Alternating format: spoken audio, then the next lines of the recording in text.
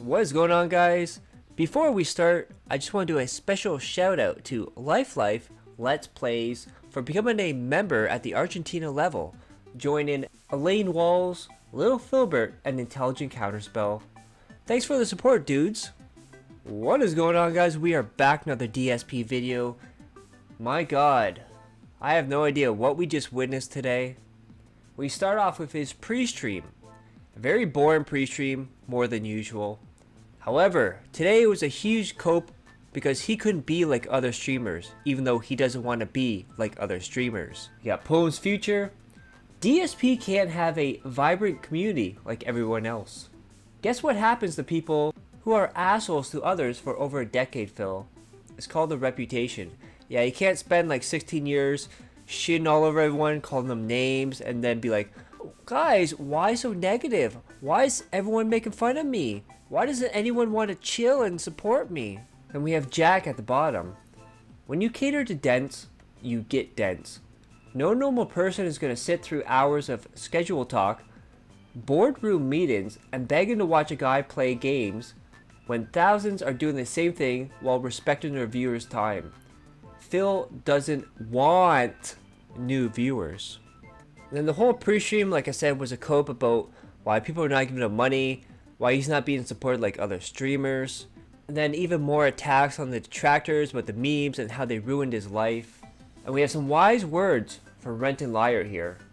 Ultimately, nothing will ever help Phil. Giving him money is speedrunning his downfall. It isn't helping. It's literally killing him by enabling his addiction.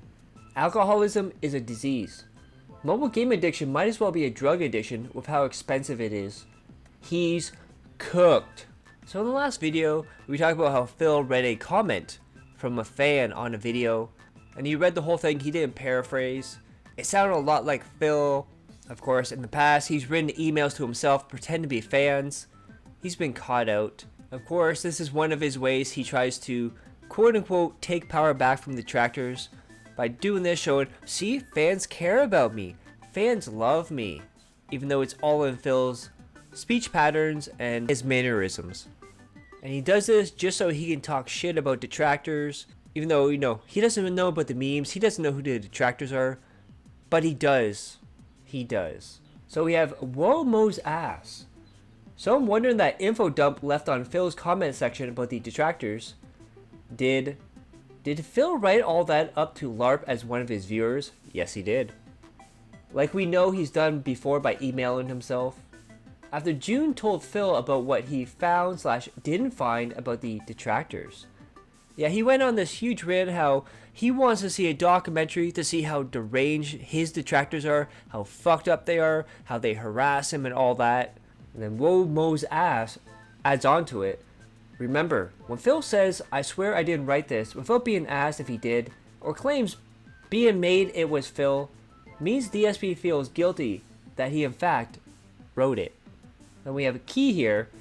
After using ChatGPT to look at the text and compare it to some of Phil's tweets, it's saying there's an 80 to 90% likelihood that Spider12 is him.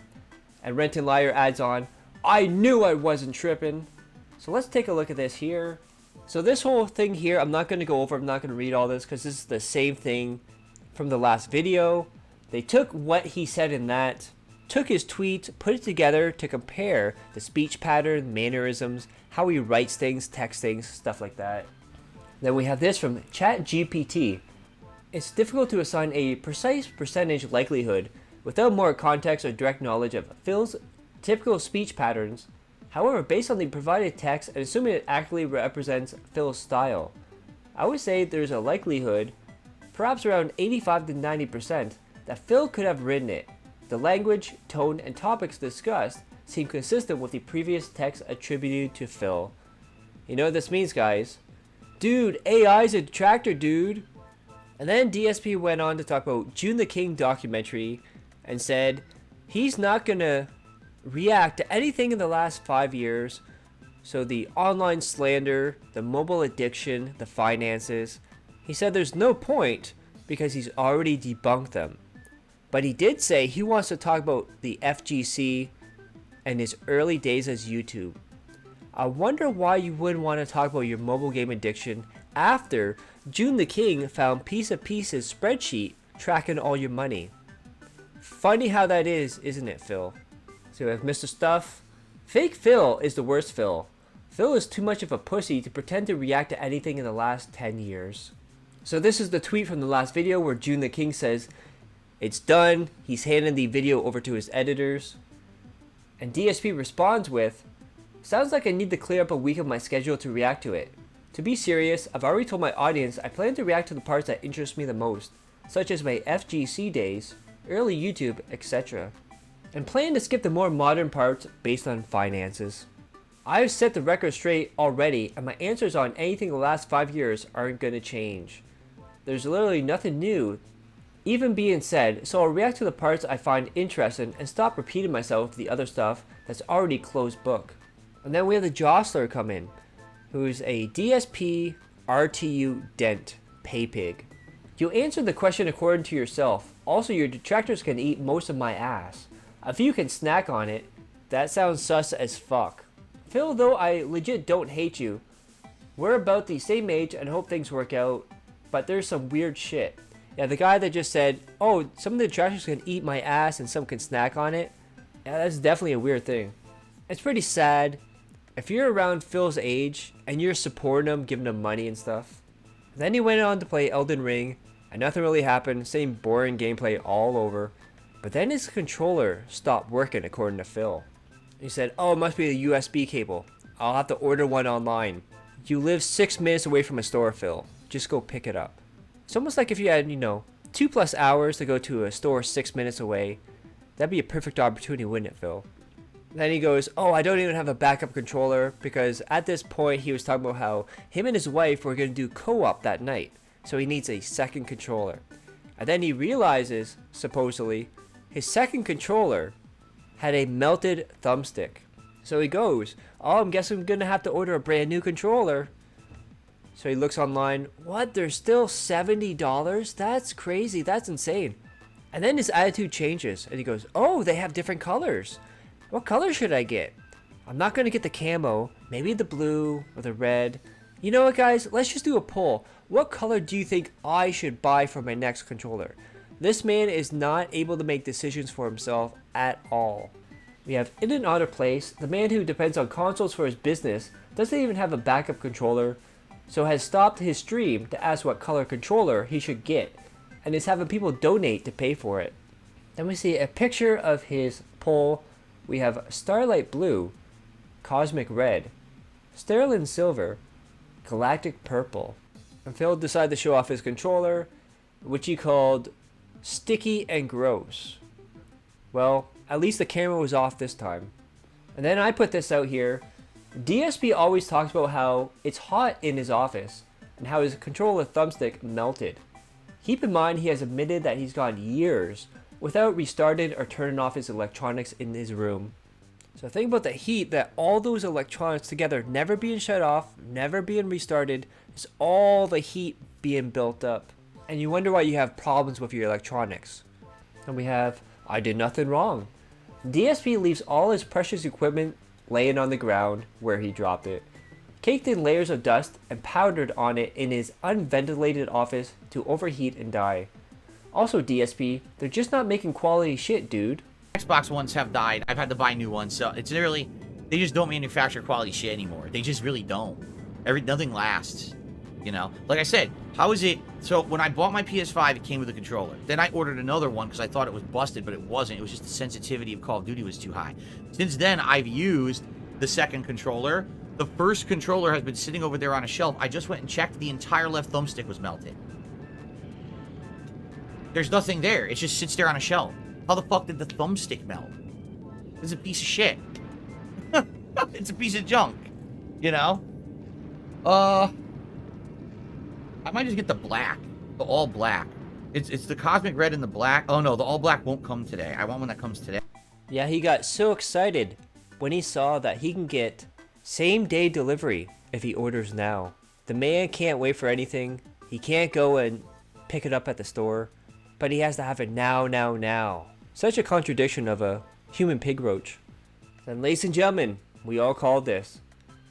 Khat canceled on the stream, no showed it because she's too stressed out.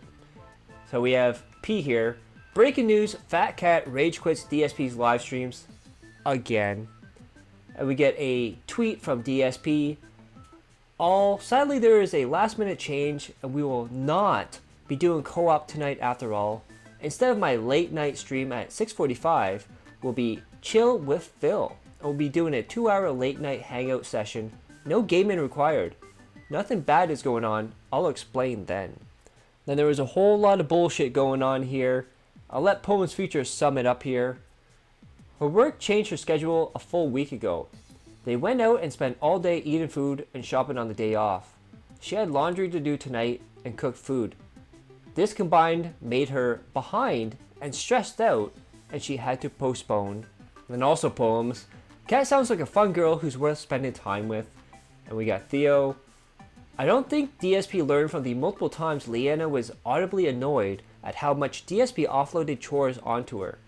DSP is yet again having Kat do all the chores. Poor Kat, she works at retail, then comes home to a caretaker for Phil. This is hell for Kat. Yeah, remember, Leanna was working part-time, came home and had to do all the chores. There's even one clip, if you can find it, where Leanna was sick in bed and DSP was streaming, and I think it was during a Star Wars game.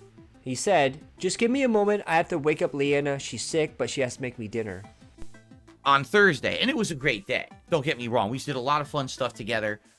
Did some shopping, had a great dinner. We talked about it on the podcast yesterday, how good of a day it was, right? But basically, because of that, we were behind on stuff. Like my wife is behind on things she would normally do, like loads of laundry and doing certain housework and stuff like that. So, this morning, we get up and we're having breakfast and we're talking about it, and we're kind of like, yeah, we're still on par. We're going to do the co-op tonight. And I could already tell a little bit that maybe Kat was a little, frazzled about it. And I didn't know why or anything. But, we're still set to do it. So, I did my first stream, and as I finished my first stream, I went downstairs into the kitchen. And here's Kat hurriedly trying to finish dinner. And that's surprising. Because usually she's done with dinner. A lot of times she finishes dinner early. And she's rushing to try to finish dinner as I'm coming down from my stream. And I know immediately something's wrong. And you can tell she's really stressed out. And I said, oh, what's going on? She goes, so I'm trying to do one thing and another thing goes wrong. I try to do the next thing and the next thing goes wrong. I said, so basically, it's one of those Murphy's Law situations, right? As I'm in the kitchen with my wife and she's trying to finish dinner, a noise goes up. It's our washing machine. She's trying to wash clothes, and this washing machine has errored out saying uneven load 3 times. So she's been trying to do a load of clothes for over an hour and can't even finish it because the goddamn washer keeps saying uneven load. So I said, I'll go look at the washer. You focus on dinner. Let's work together. Let's figure all this out. I don't even know what was wrong with the load of clothes. Honestly, I went in and it was just a bunch of towels and a few pieces of clothing. It's like, I don't know why it's saying uneven load. I have no idea. I'm separating it. What we're supposed to do, you separate it out so they're not lumped together. You toss them back in fresh, even though they're soaked. You got to keep doing that so that they won't keep doing that, right? That's wrong. He says it means the load is too heavy. That's not what it means. What it means is somehow what's in your washer has become loaded to one side or clumped together to the point where the washer can't effectively move the clothes anymore. They're stuck in place. So then it stops to prevent the washer from moving across your floor or causing damage to the washer.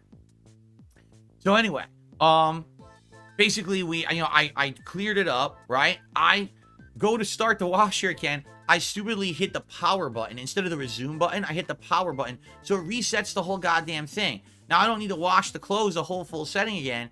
So I'm like, well, I'll wait. So I got to call the Kat. I screwed everything up because I'm an idiot. I don't know what I'm doing. I screwed the whole load up. What do I do? So now she has to leave the kitchen where she's trying to cook to come over to the laundry room to show me how to use the washer because I'm an idiot, right? So it's like, why did I even help? I just complicated things even worse, right? So finally, we get it going again on a short cycle. It's 15-minute short cycle, short spin cycle or something like that, right? Go back to the kitchen. So basically trying to finish, and I could tell Kat is completely stressed out. And I said, so what's going on? And she's like, basically, the whole week has been a shit show, right? Ever since the work schedule changed earlier this week, and then she had to work more days and different times, it threw her schedule off. So here she is, she's behind on all this stuff. And she's like, I need to get clothes done today. I need to do this. She's like, tell me all the stuff she has to do. And she's like, I would have had it all done, but that work throwing me off. And then we had our day off for our anniversary. If we had stayed home that day, I would have had more time to catch up, but we didn't. We went out, and not that she regrets that. She loved having the day out, but basically she just can't play. She's been playing catch up all week and hasn't yet, right? And I'm like, well, what do you want to do? You know, and basically here's my actual honest. Are we going to be doing co-op tonight if she's going to be stressed out, right? The whole idea of us coming in here and doing anything together on a stream is that it's supposed to be a fun atmosphere, right? We're going to have fun together. We're going to play a game. We're going to talk and do Q&A with the audience or whatever it may be, right? If she's already stressed out and now she's going to come in here and try to play a game, you know that's just going to translate into her demeanor and her enjoyment of the stream in general. And you also know, let's be honest, you also know that the trolls are going to be here. I already see some of them in chat saying dumb shit. I'm kind of ignoring them now to at least give my explanation. But that's the thing, like, what's the point of doing a late night stream with my wife where we're supposed to be having fun together if she's not going to have fun because she's stressed out? It doesn't make sense, right? So I said to her, I said, if you're stressed out and all you want to do tonight is play catch up or do some relaxing or whatever you want to do, that's perfectly fine. Just tell me now. And that way, we're not being forced into a situation where we're doing a stream that's not going to work because, you know, we're going to be stressed out and upset or whatever. And she's like, yeah, I don't want to do it. She's like, I want to do it, but let's do it on a week when I'm not so stressed out because she's so backed up and everything. Okay?